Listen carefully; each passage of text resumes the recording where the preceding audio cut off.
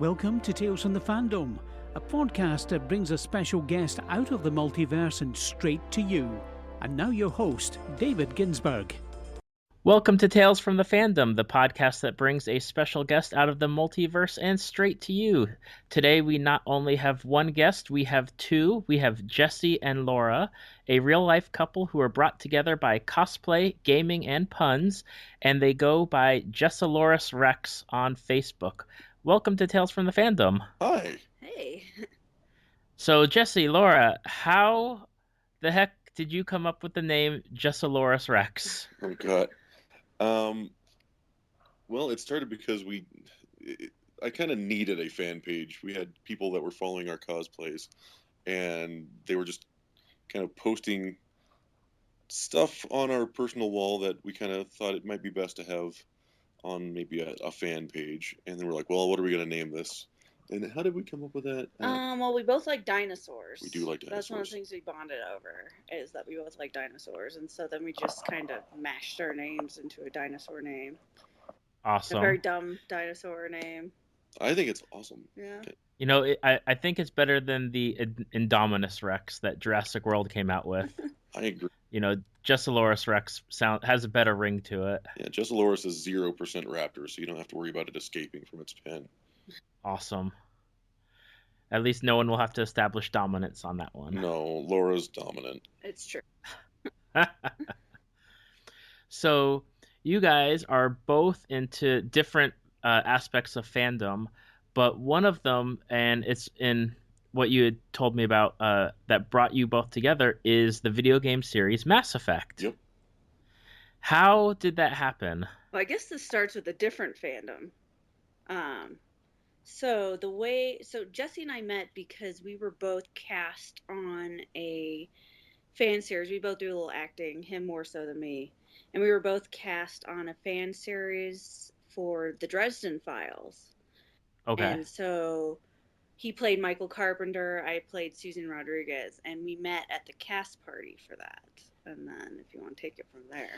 Yeah, I walked in the door and I gave her a hug, and she tried to give me a handshake or a high five, and it was silly. So I hugged her, and we immediately clicked and started talking about all the things we were into. And then Mass Effect came up, and we had our very first argument. And this is 2 minutes after meeting. I, of course, play the respectable and effective man shep, and she plays the wretched and decrepit fem shep. Renegade fem shep, who's God. badass and commanding and takes no shit from anybody. Can you say shit? Yeah, that's fine. Okay, good. So what is it about Mass Effect that appeals to both of you? Actually, I was just talking about this with you earlier. What I really like about Mass Effect is it's a very character-driven series, and I am really drawn to character-driven series. They flesh out their characters. They have different personalities. The characters aren't just there to be in the story. They drive the story. Yeah, that. Okay. I have to be honest. I have the video games on my computer. I have not played them because I'm so worried about the first-person shooter aspect of the game. Okay, so I'm not normally a first-person shooter fan, and I actually get motion sick when I play some first-person games. Mm-hmm. Effect was something that I made an exception for, and I'm glad I did. It doesn't play like I think a lot of the other first-person shooters. It tends to be I don't know. I think it's a little more. I think the first one's probably the most shootery. Yeah. And then it becomes more of an RPG as the series progresses. It's definitely worth it. The characters you'll just fall in love with, and Commander Shepard, who is the main character, you'll develop this headcanon around the way you play the game. Mm-hmm. And that's what we both absolutely loved about it. Now, what I found interesting is when you sent back your little questionnaire that I send out, you both had the favorite pairing of your Shepard with Garrus. Yes. Yeah, but he's like my bro, and Laura has sex with him on her, and that's gross on so many levels. He's a bird man. So he has like a cloaca, and I don't know how they got it on. But he's like my buddy and like my drinking pal, and she's hitting that. He's sweet and awkward, and he's with you throughout the whole game, just by your side, and he's always supporting you. And he's a better option than any other character for Femshep. He sleeps on a perch and poops on newspaper. No, you made that up. Just now, but that's headcanon. Now, do you have a favorite game in the series, either of you? Like, do you prefer 1 over 2 or 2 over 3? I think two's my favorite. Yeah, number 2 is by far the most gratifying. The first one has a bit of clunkiness with the controls. Yeah. The Mako on the planets, and by 2 they switched to probing planets, which, by the way, probe Uranus if you get a chance. There's a nice little Easter egg in Uranus. I think it's just the middle part of the series, so it's where you feel, I don't know, you feel the most invested. Well, and not everybody loved how the series ended in the third game. You know, a lot of people, even though 3 was a pretty darn good game, they'll say 3 is the worst of the series. Mm-hmm. They had a controversial ending, I'll say that. Actually, right. I remember it coming out and a lot of people being upset to the point where they released an additional, like, not alternative ending, but something after it, right? Like a DLC, essentially. A DLC that kind of fleshed out what happened, and it's pretty great. Like there's some absolutely heart-wrenching moments in it. It's awesome. And there's another game coming out soon in that same universe, correct? Andromeda, yeah. Our whole house is looking forward to that because his daughter plays the games too. She actually knows more Awesome. about it than both of us put together. She is an absolute encyclopedia when it comes to Fallout and Dragon Age and Mass Effect. Yeah, she's amazing. So I know one of the things that I always ask is if people are really into a certain fandom like Mass Effect, if there was something else that they would recommend for people to get into, and you had recommended something called the Mutineers Moon series. Yeah, it's by I'm going to say David Weber, but that's a friend of mine. David, if you're listening, hi.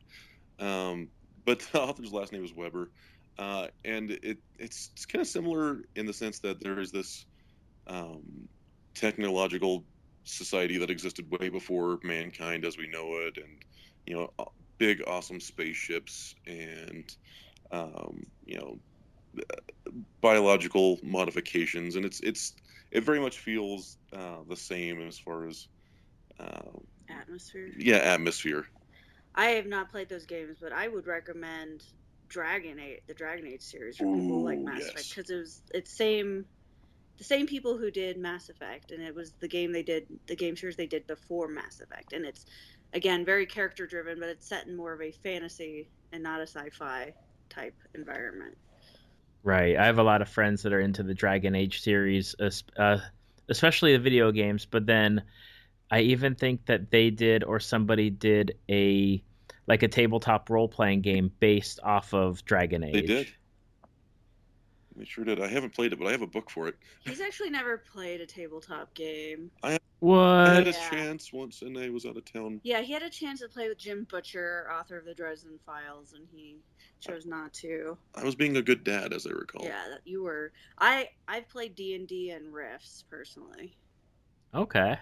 I'm not a huge Rifts fan from back in the late 90s, early 2000s, just with, I think I had a really bad person that was running the game, because we took like 4 hours to create our characters, and then they died within the first 10 minutes of the game.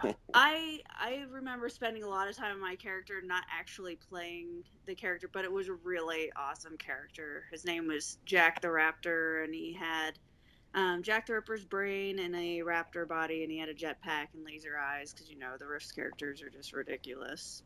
Absolutely. I think the group of us had formed one of those like dog packs. And yeah, we were like going around. We had our first mission, heading out, and then we took like mega damage or whatever it is. And it's like, we don't even have armor to soak that. Oh, you're all dead then. I think think the most time I've spent on any tabletop games is in the 3.5 world. Absolutely, same here. I'm of the 3.5, and then 4E Dungeons and Dragons, but a few other tabletop games as well. So, Jesse, your mom got you started way back in the day with Star Trek: The Next Generation? TNG, yes, sir. I've seen every episode with my awesome mom. She's, a creature from another generation. I was born really late in life, but for some reason we just clicked on TNG. So that's probably the first sci-fi I got into. That was my mom watched TNG too, and I remember growing up watching. At that time, I was really excited that the guy from Reading Rainbow was in the show. Absolutely, LeVar Burton. Yeah. So do you both still watch Star Trek or like the TV series, or are you a big fan of the Abrams verse Treks that are out now? I'm really liking the new Star Trek movies. It's been so long since I've seen TNG, and I was so young that if I were to rewatch it now, it'd probably be like a completely new series to me. Mm-hmm. Because I was young. Let's see, when did it start? 89? Ish, yeah. Late 80s. I mean, I was only a few years old when it started. So actually, I would really like to go back and watch it now that I would remember what I'm watching. Not a lot of it has aged very well. We did watch a little bit of it from the very beginning. Yeah. Yeah. The technology that we have nowadays kind of rivals what they had as far as portable computers and stuff. I would like to do a Troy and Riker cosplay. Oh, that'd be awesome. You be Riker, I'll be Troy. Deal. Okay. We did get to meet. Awesome. Yes, we did. We met Jonathan Frakes and Marina Sirtis. Yeah. At the Gargoyles 20th reunion, we dressed up as Goliath and Eliza. Is it Eliza? Eliza, yep. Lisa. And they took us backstage and got pictures with us. So we got to meet the cast and crew, and I got to meet Darkwing Duck, the voice of Darkwing Duck. That was pretty exciting. Oh, that is so awesome. So you guys are both into Gargoyles? Me more than Laura, but yeah, I totally. I think I probably watched every episode, like as it was coming out, after school. Absolutely. So good. That was such a great cartoon series for its time, and I think it just didn't get the credit or attention it deserved. Agreed. I think I was a little young for the series at the time, for it being kind of a darker series. Mm-hmm. I was more into I don't know, I watched some like Power Rangers and There's nothing wrong with Power Rangers.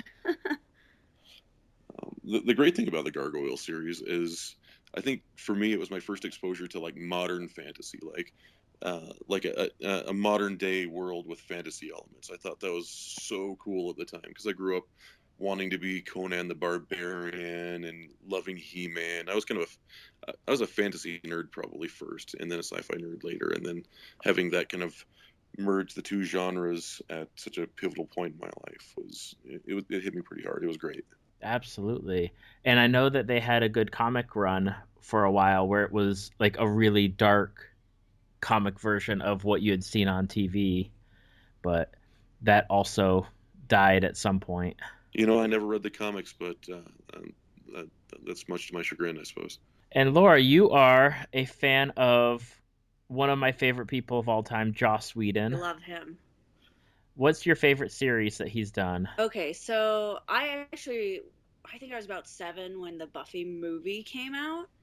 Okay. And the show started airing when I was 11, and my dad, because I really liked the movie, got me started watching the Buffy series, and I watched that religiously every week that it was on.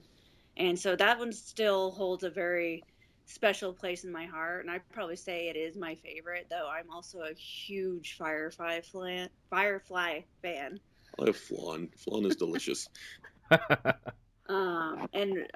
We've done Jane and Inara in a Firefly music video before, so that was pretty exciting to be a part of that series too, especially since it was so short-lived, and the fans tried to let it live on in whatever way they can. Buffy, we at least had closure on. Not only did we have the series, we had the spinoff with Angel, we had the books that came out afterward.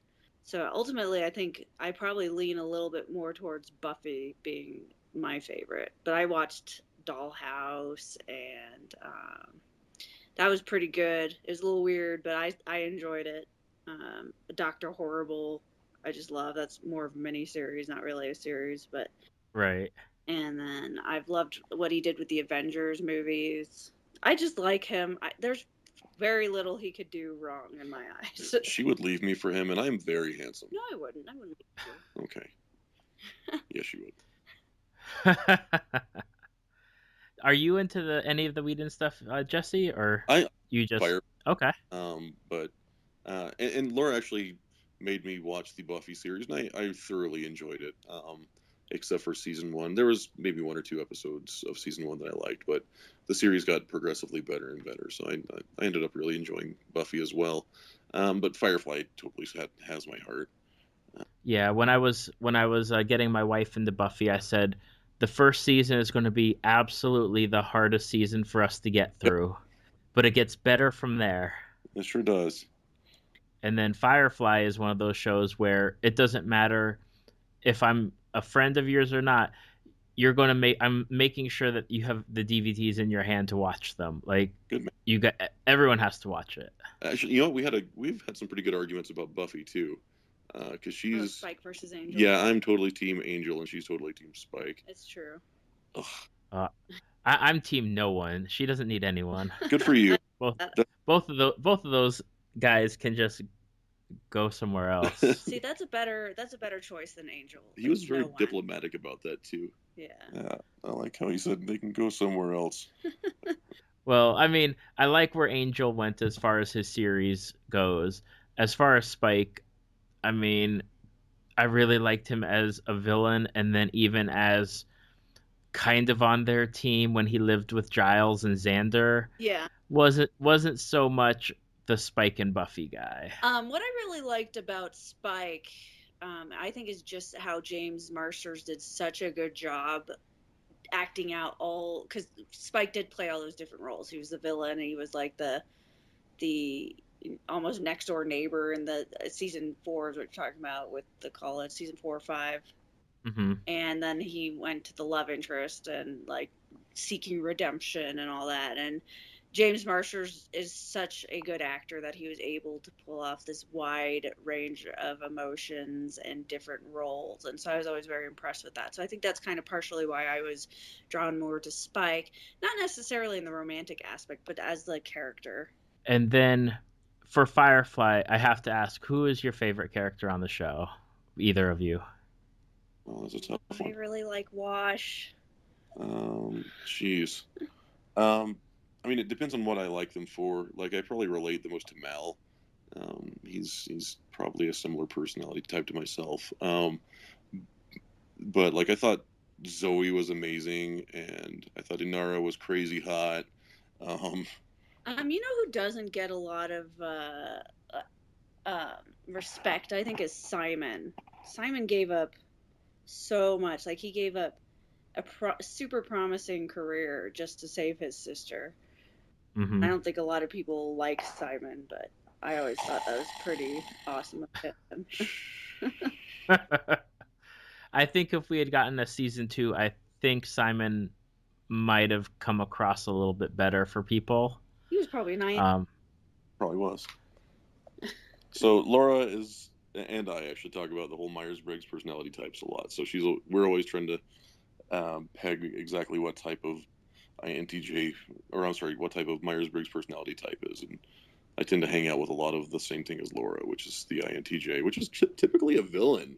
Yeah, a lot of times they're the villain, the mastermind, the strategists, and they're kind of socially awkward dicks. Yeah. And they're really smart typically, and let's see, what's a good example? Mr. Darcy from Pride and Prejudice, INTJ. Mr. Bean. If you played the Witcher series, not Mr. Bean, he's totally one. It's true. In the Witcher series, Yennefer is an INTJ. In Dragon Age, Morgan, INTJ. So kind of just like So hot very brunette direct, very direct, kind of no bullshit people. And so I think Simon's probably an INTJ. Just a little bit socially awkward and unaware. Mm-hmm. Direct. Now, one of the things that you guys came out with, and it really cracked me up to watch it, was your Pokemon Go music video. Thanks. I'm glad you enjoyed it. You and like 4 other people really liked that. So thank you to all 5 of you. Well, I shared it on, we have a Pokemon Facebook group for our neighborhood, and I made sure I shared it to that group too. Thank you. Thank you. Yeah, we had a lot of fun making that. I don't even really remember what gave us the idea. Do you, babe? I was making a joke about turning the Coldplay Yellow song into, like a Team Yellow Pokemon song. Oh yeah. On like your cover photo for Team Instinct, and then it evolved after that. So we're like, let's actually do that. We can do that. We know people.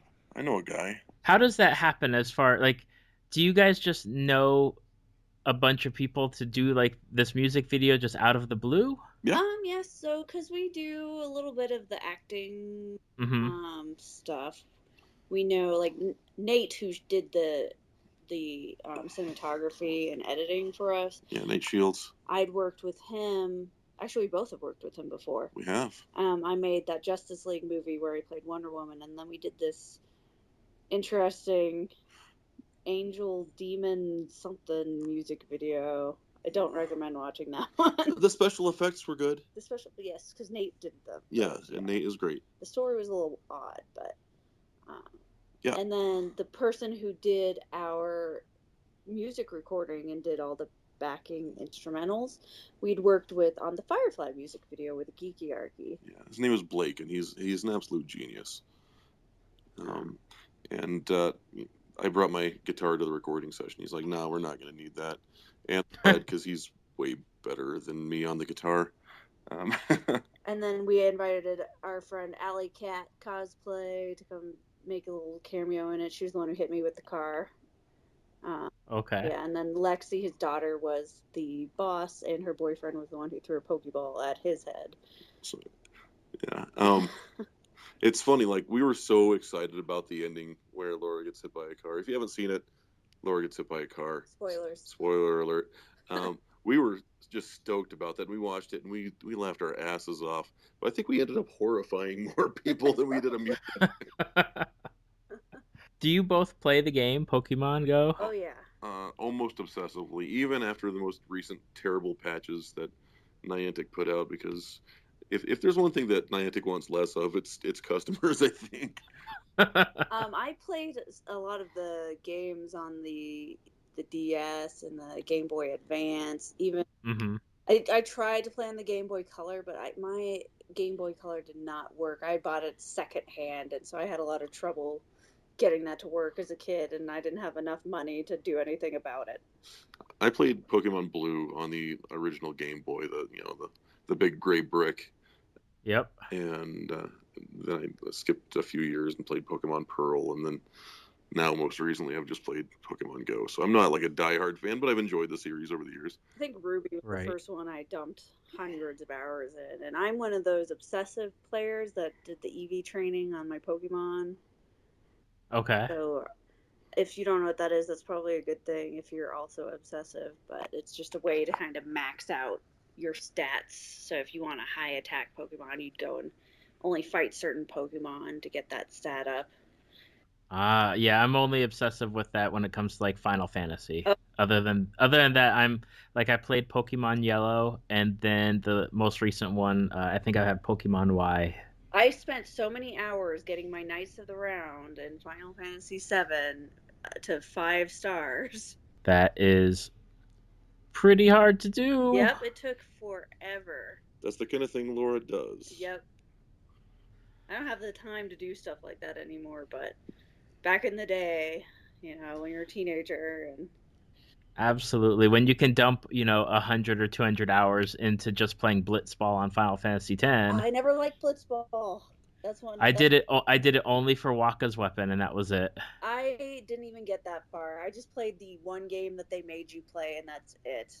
I didn't like the card game in 8 either. Mm-hmm. You know, RPG has a great card game is The Witcher. It has Gwent, and Gwent is great. And that's not really related to what you guys were talking about. That's because he hasn't played Final Fantasy games, really. You played 10, didn't you? I played 5 and 10. I'm not a JRPG guy. I like Western RPGs. I'm sorry. Oh, I liked Chrono Trigger though. That's a JRPG. I love JRPGs. So I play the Tales game. That series. That's probably the other favorite series. Okay. What is it about the JRPGs that draws you to them, Laura?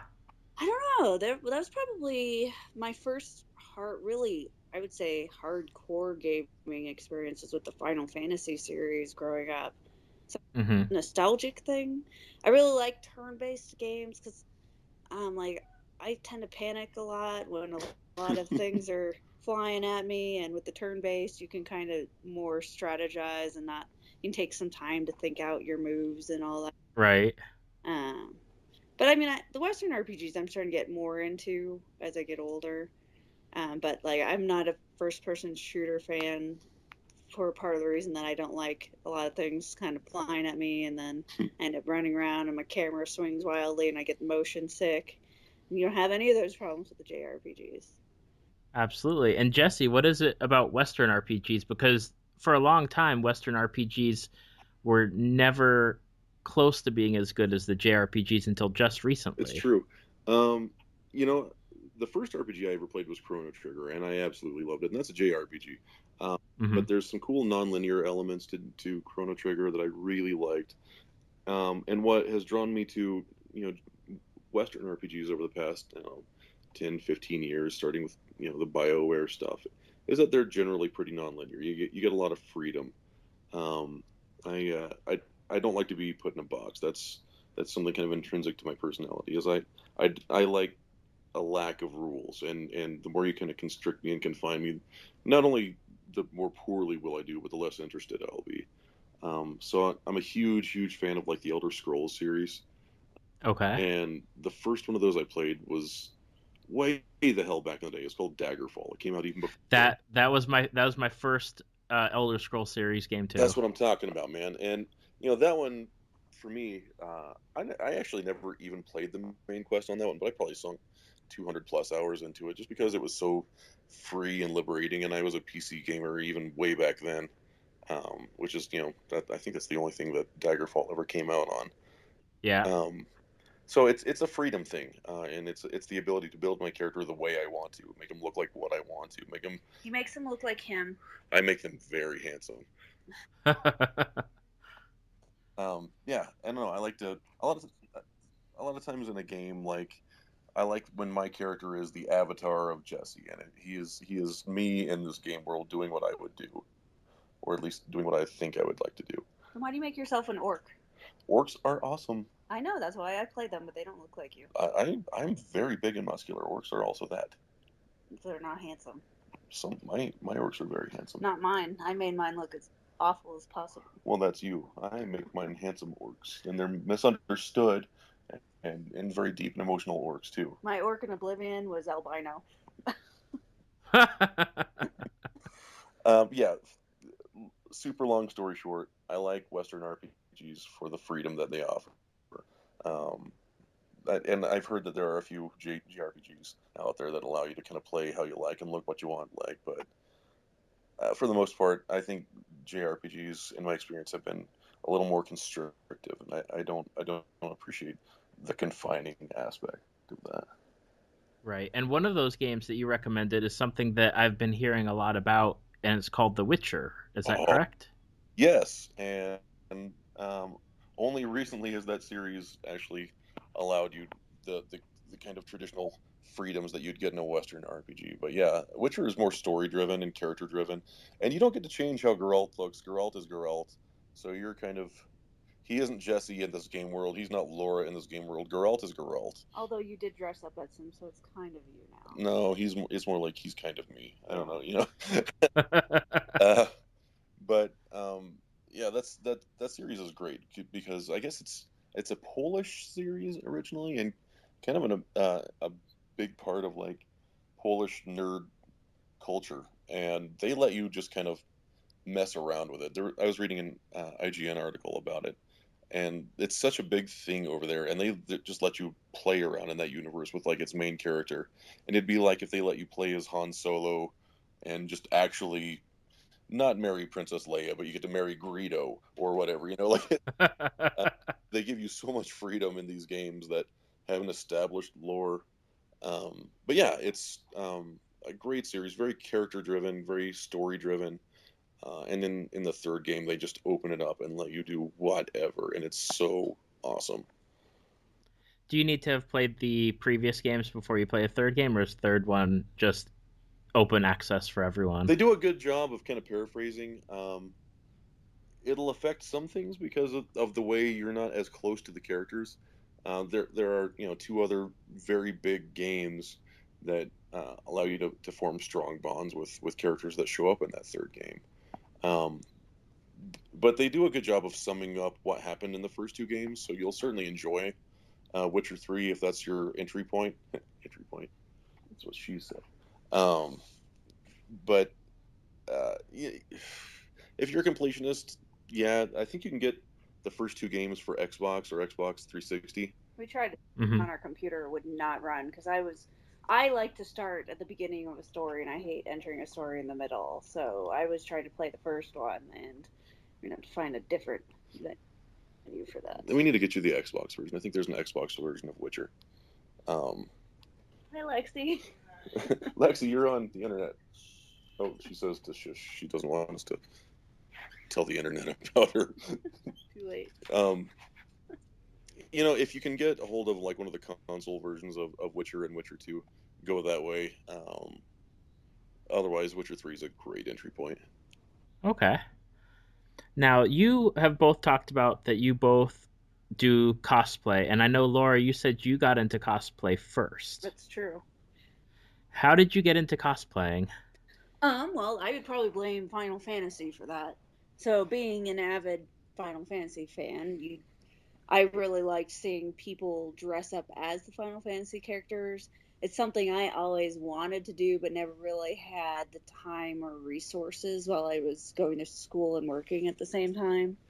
Mm-hmm. And eventually, I just got more time to do hobbies, and so I gravitated towards costuming. And I've yet to do a Final Fantasy costume, but I've done plenty of others by now. But I would probably say Final Fantasy is what kind of got me into the world of cosplay. It's my first conventions I used to go to. It's called NDK here. On this gun. And it's anime, and it's anime primarily, but they have a lot of JRPG stuff there, and so I'd see a lot of Final Fantasy characters dressed up there, and eventually I just started dressing up myself. And Jesse, you got into it because of Laura. Yeah. For the most part. Because I was trying to get into Laura. Oh, God. my daughter just gave me a glare.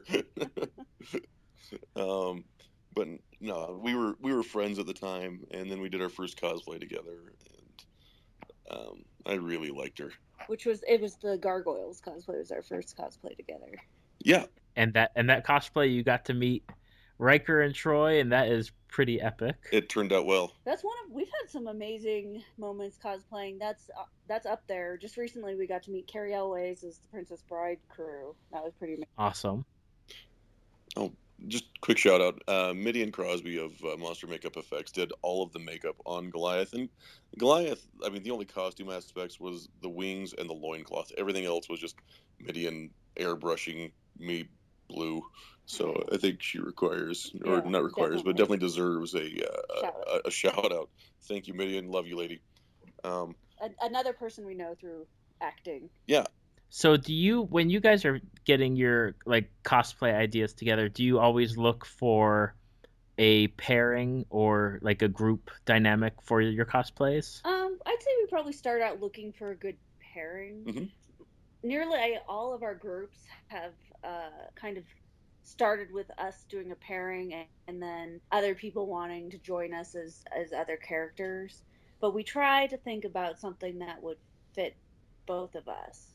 And we do play to our size difference a bit. So like, and sometimes it'll be more Jesse's idea, more my idea. So we did Adventures in Babysitting. That was more my idea, but we played with the size difference there. And we're going to expand that out to more of a group cosplay now because people are interested in joining as the other characters. Venture Brother started off as us doing.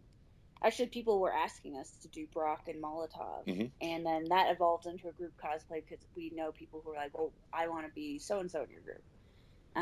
Witcher started off with us doing Geralt and Yennefer, and then having people who wanted to join on as the other characters. So we actually had quite a big cast for that one. Yeah, one of our friends and fans suggested that one. His name is Carlos, and he's awesome. We do take into account recommendations. Yeah, we do our best to like build a legitimate rapport and relationship with our friends and fans. But we also only do things that we also kind of like to. Like, there's nothing we have done that we just weren't familiar with or didn't like.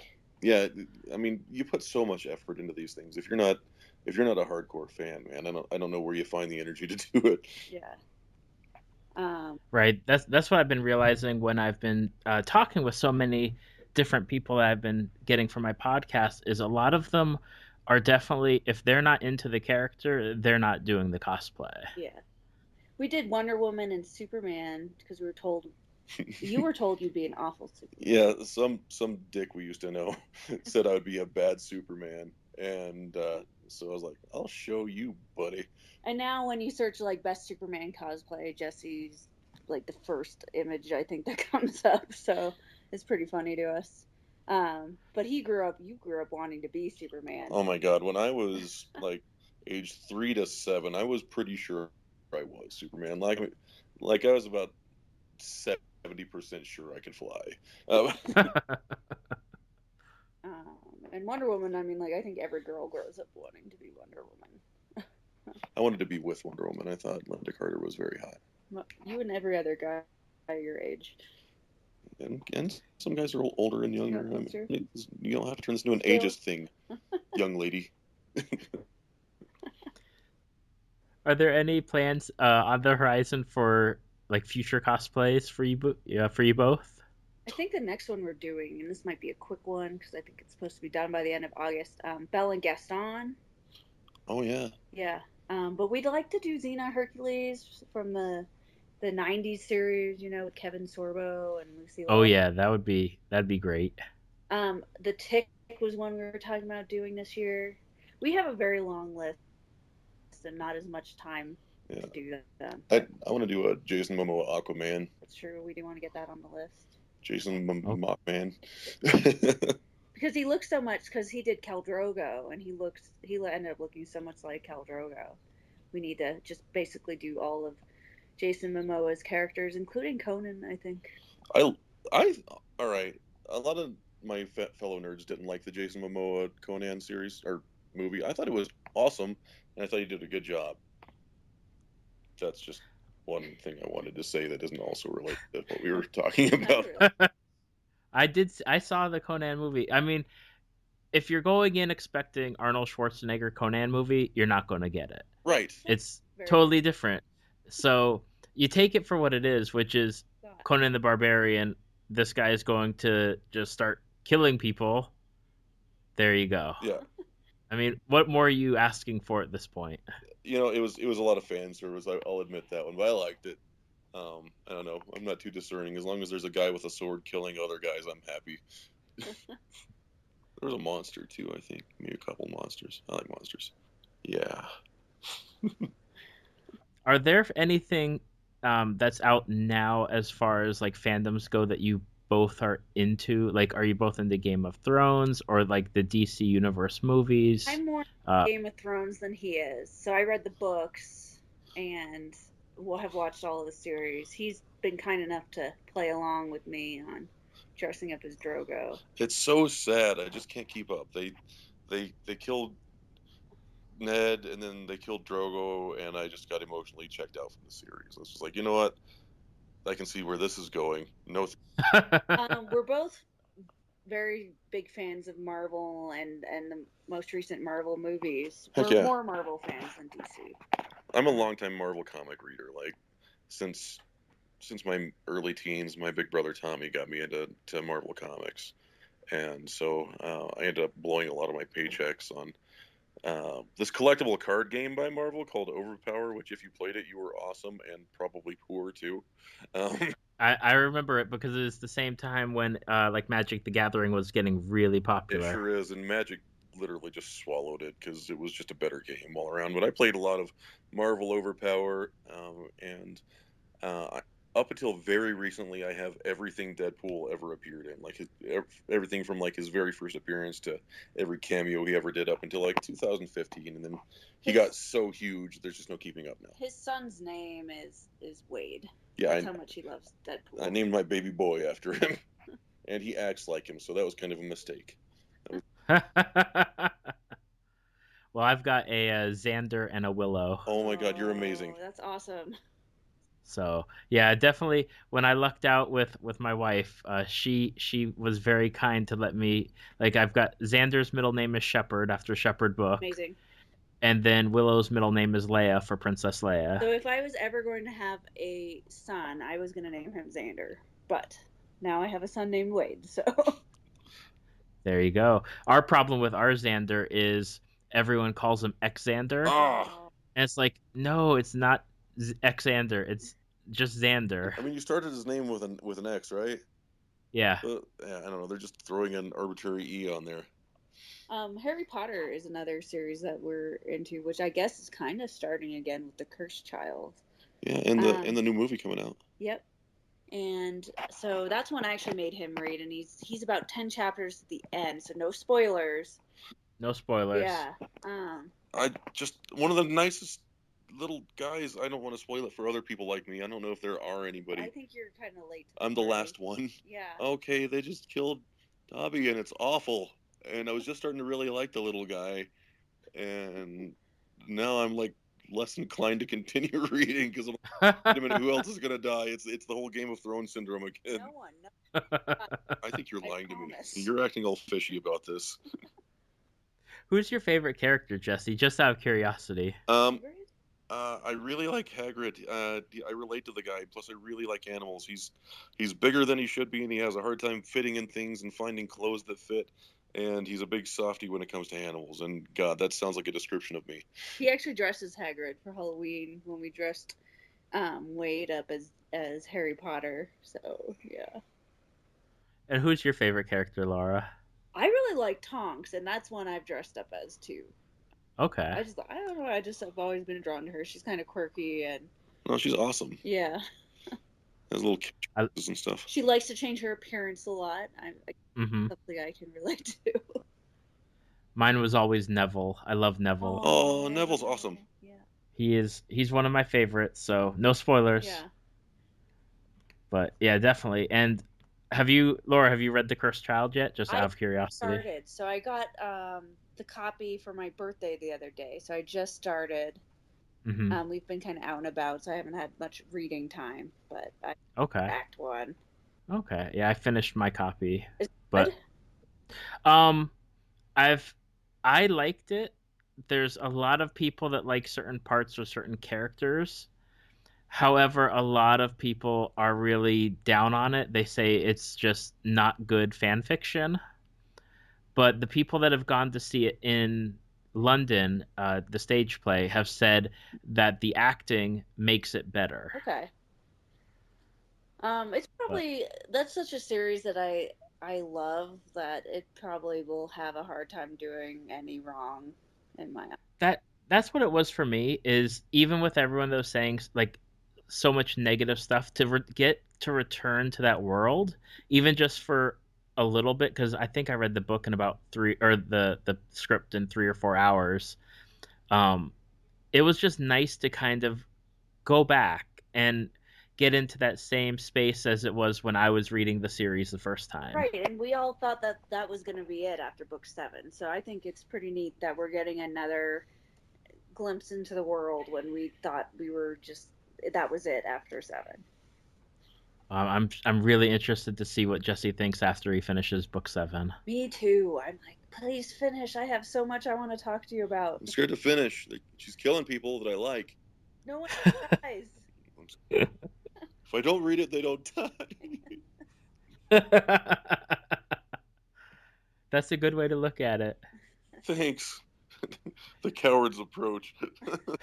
That was me playing, what was it, PT? I don't know if you play any survival horror games, but Oh, Jesus. that brief game that came out called PT, I just refused to walk forward at all.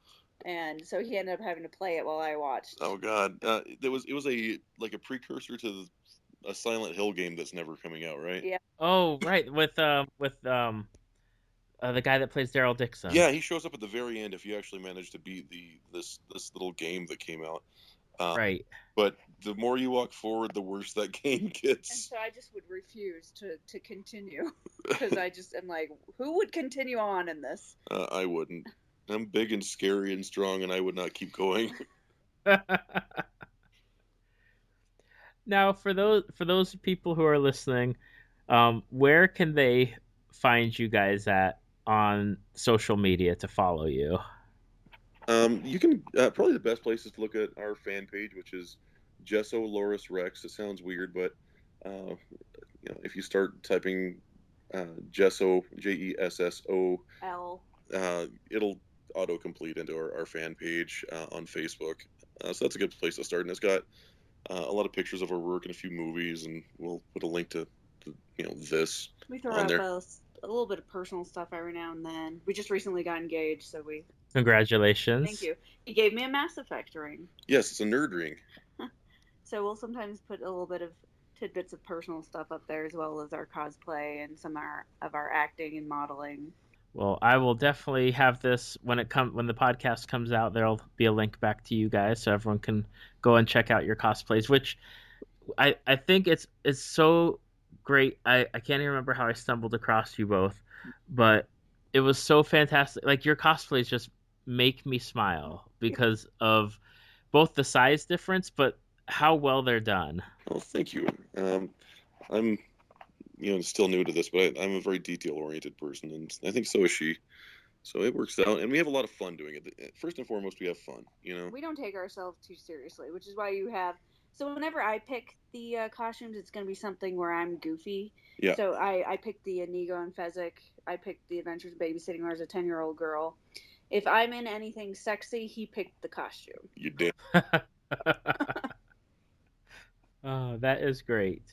Well, I just want to thank you both so much for taking the time out to record this with me. I've had a lot of fun. You guys bring the fun. Well, thanks, David. Yeah, thank you. Oh, you are quite welcome. Thank you again for this. And that's it. That's all we have. All right. Bye, guys. Bye, friends. Thank you for listening to Tales from the Fandom. Subscribe to us on iTunes or your podcast app of choice.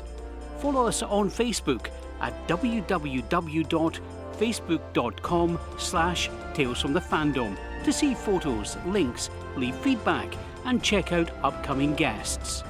If you'd like to be a guest, email David at talesfromthefandom@gmail.com.